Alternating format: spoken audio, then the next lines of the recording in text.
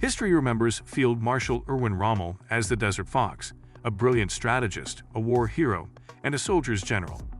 But buried beneath the tales of battlefield brilliance lies a hidden story, a dangerous secret. In the months leading up to D-Day, Rommel found himself trapped between loyalty to his country and a growing resistance to the very man he once served. This is the untold story of Rommel's quiet rebellion, his secret resistance before the Allied invasion of Normandy. This is Rommel's hidden resistance before D-Day, a deep dive. A general unlike the rest. Erwin Rommel wasn't a Nazi. He wasn't a political fanatic or a believer in Hitler's racial ideology. He was a career soldier, a tactician, and above all, a man of discipline and principle. In North Africa, Rommel commanded the Afrika Korps and shocked the world with daring offensives against superior Allied forces. His battlefield genius earned him respect even from his enemies. Winston Churchill praised his brilliance. British officers studied his maneuvers. But Rommel's fame came at cost. By 1943, after the collapse of the Axis in North Africa, he was reassigned to the Western Front. Hitler wanted him to prepare for the inevitable, an Allied invasion of Europe, the Atlantic Wall, and a growing doubt. Rommel arrived in France in late 1943. He was placed in command of Army Group B, responsible for defending the so-called Atlantic Wall, a sprawling coastal defense system stretching from Norway to the French-Spanish border. To Berlin, this was a chance to slow the Allied advance. To Rommel, it was a death trap waiting to happen. He saw the weaknesses immediately: scattered defenses, outdated weaponry, and overconfidence in static fortifications. Rommel worked tirelessly to improve what he could. He ordered beach obstacles, tank traps, and minefields. But he also did something unexpected. He began speaking his doubts openly. This war is lost. Rommel saw the truth. Germany's resources were depleted. Its troops were stretched thin, its leadership delusional. He repeatedly told Hitler and the High Command that the West was vulnerable. He warned that the Allies would likely strike in Normandy, not Calais as Hitler believed. But the Nazi leadership refused to listen. They clung to the fantasy to victory. Rommel, by contrast, saw no future in endless war. In private, he began saying things that would have been unthinkable just a year earlier. This war is lost. It must be ended before the whole of Germany is destroyed. He began to quietly consider an alternative peace. The resistance within.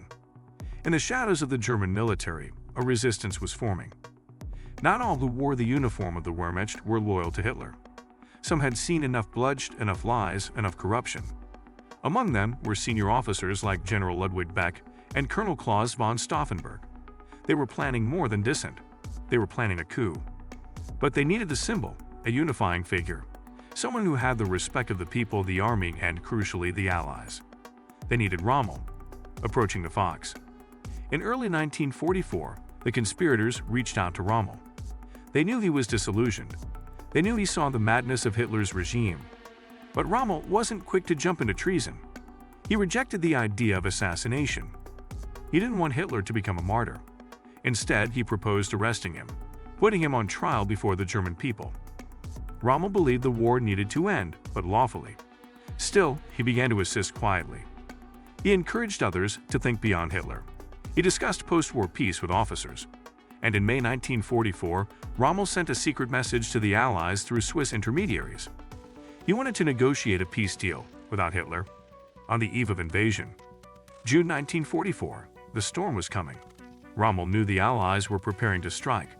He suspected Normandy, though the exact timing remained a mystery.